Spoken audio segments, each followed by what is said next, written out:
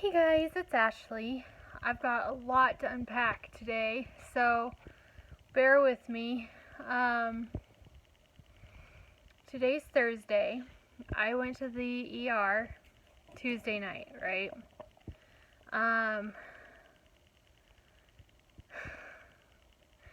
When I was there, I was given haloperidol, also known as Haldol, without my consent. This drug should never have been given to me.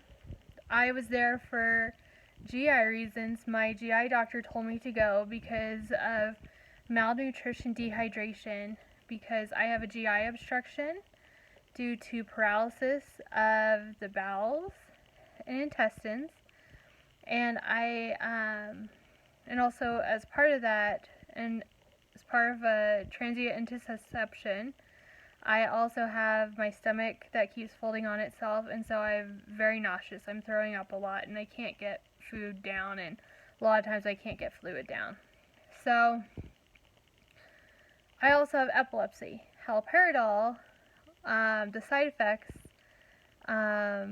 nausea, vomiting. It causes epileptic seizures.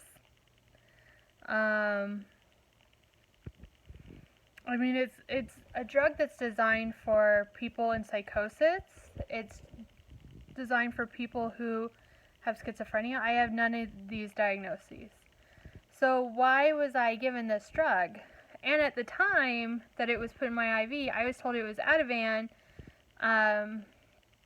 to prevent possible seizure activity because I was so sick. Because they didn't want me having a seizure in addition to it. Ativan I've had before because Ativan prevents seizures, whereas haloperidol causes seizures. Now, two things happened that could have caused this to happen. First of all, the doctor made some questionable calls that were against my GI treatment plan. And I simply asked why. Now, the tone at which I spoke to all of my staff that night, from lab techs, EMTs, nurses, doctors, everyone, is the same tone I'm speaking to you. I'm in pain now, just like I was then. But I'm trying to be honest. I'm trying to get information. It was very nice. It was very polite. I simply asked him why. Because, we did tests. We did labs. He ordered another CT. So I wasn't sure if maybe like the CT or the lab showed something different. I do have access, depending on when the lab results come in. Sometimes I can see it on my chart on my phone before or the same time that he can see it. Now, I did see that there was some kidney activity that was not looking great on my chart due to, the malnutrition. So I wasn't sure if maybe that's why he was making some changes in the treatment plan. Because the issue was he was basically giving me too much fluids and things with nowhere for it to go. When you've got a bowel obstruction, you have to be careful that, you're giving the right amount of fluids and things so that you're not overhydrating, because things have to have a place where they can go. Because otherwise, like me, you end up with a very distended stomach, and all the organs are very upset because there's nowhere for all the medications and fluids to go. So he got very upset when I asked why and just walked out of the room. So the nurse thought that must be why he ordered it, because he thought I was being difficult or something. And so she documented on my chart that I was not being difficult, just in case that was why he ordered it. But you know what?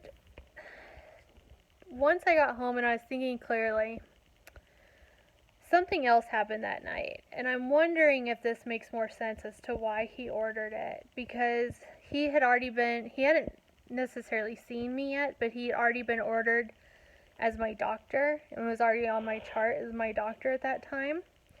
Now, here's the thing. My husband was not at the ER with me. When you're chronically ill, you spend a lot of time at the ER. So, we never know if they're going to send me home or keep me. And going to the ER, when you're there all the time, it's not as big of a deal.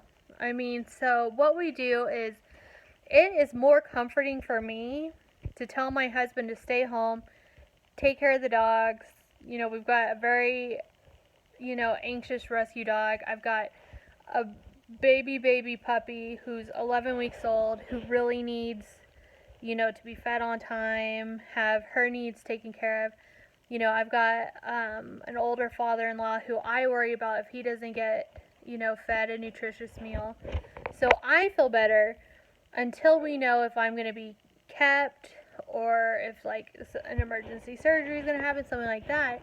If he stays home and handles stuff like that, because then if something does happen, then my husband can come and we're not having to worry last minute about, okay, who's going to take care of the puppy? Who's going to do this? Who's going to do that? So at the time, my husband's at home handling this other stuff for me. So that way I don't have to worry about it. Which is, our system's always worked great for us. Well, so when I got checked in, 3 girls got checked in front of me. And they were dropped off together with a institutional vehicle. And when they were checked in, when you go to the ER, you know why you're there.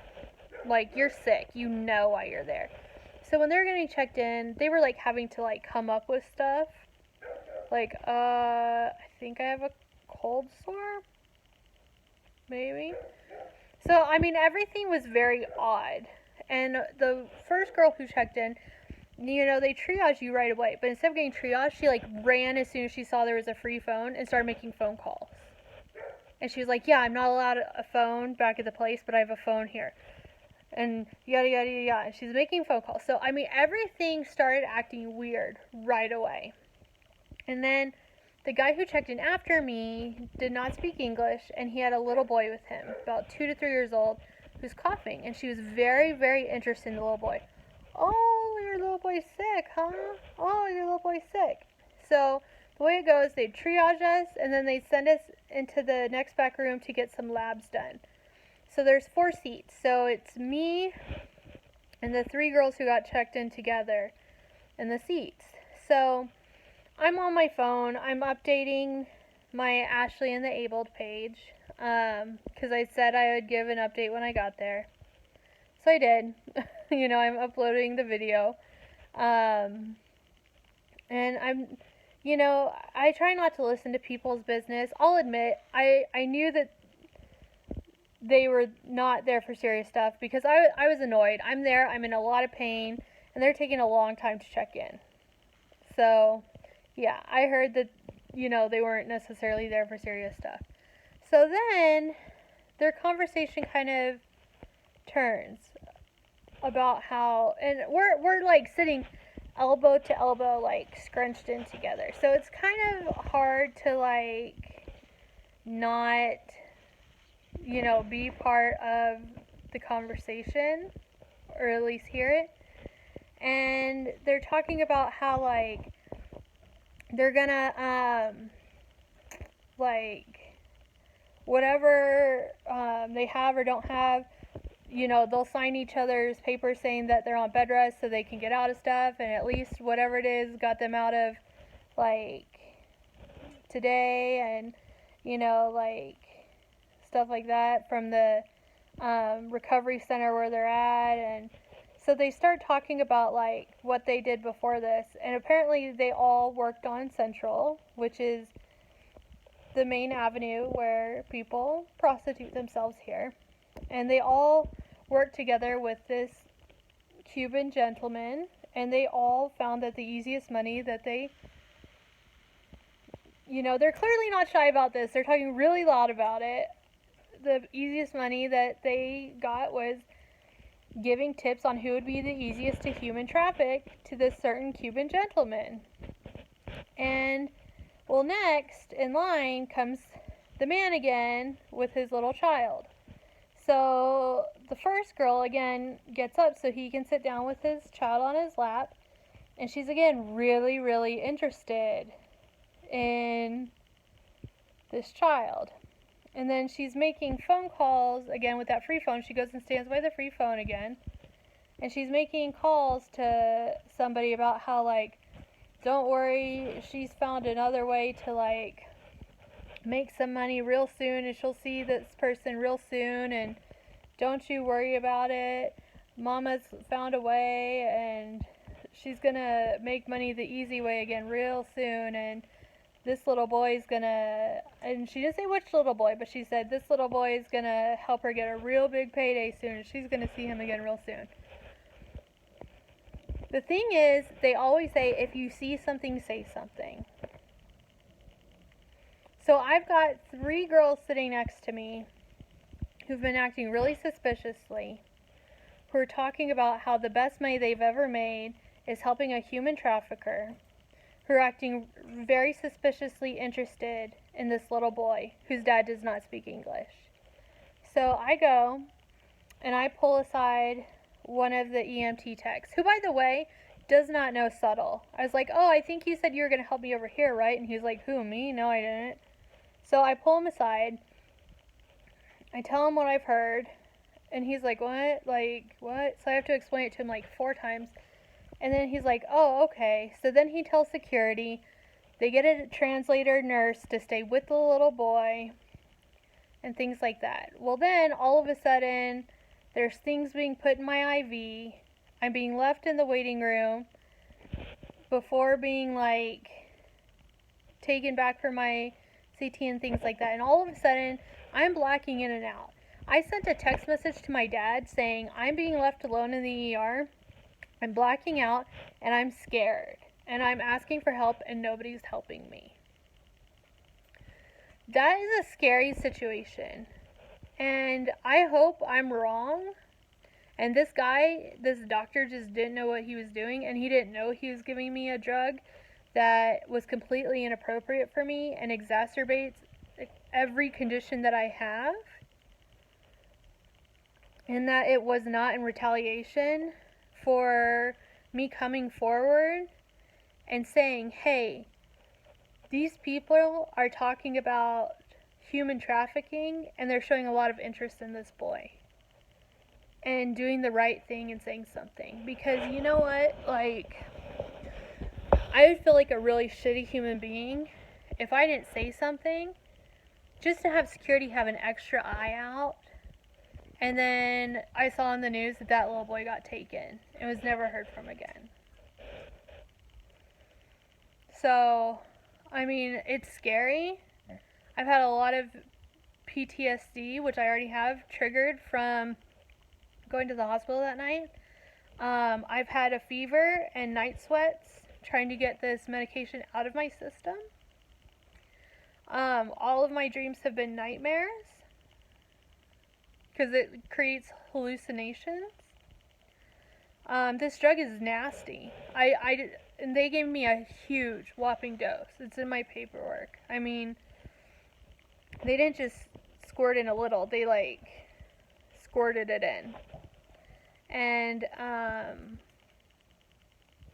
I didn't deserve it. I didn't have any medical indication that this was an appropriate treatment for me. I don't know why this doctor would find it appropriate. Even if it was just for me asking why, I'm allowed as my own advocate to ask why. You know? But you know what, the timing, that it can't have been that, because you know what, the drug was already in my system by the time I asked why. So it had to have been the human trafficking incident when I said something.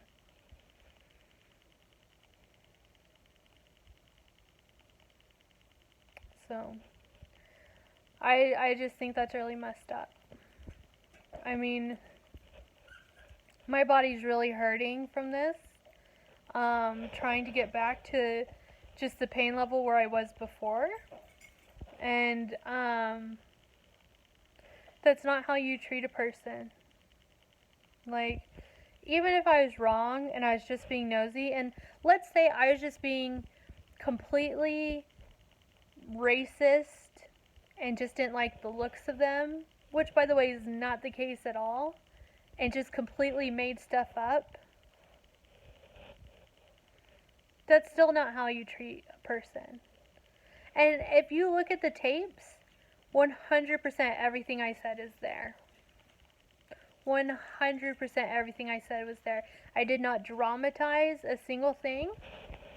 If anything, I underplayed it to make sure it was just factual.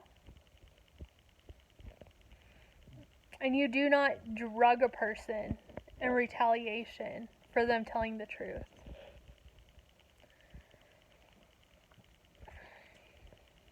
So thank you to this doctor, Dr. Gonzalez, for setting back my health care because of that. So, thanks.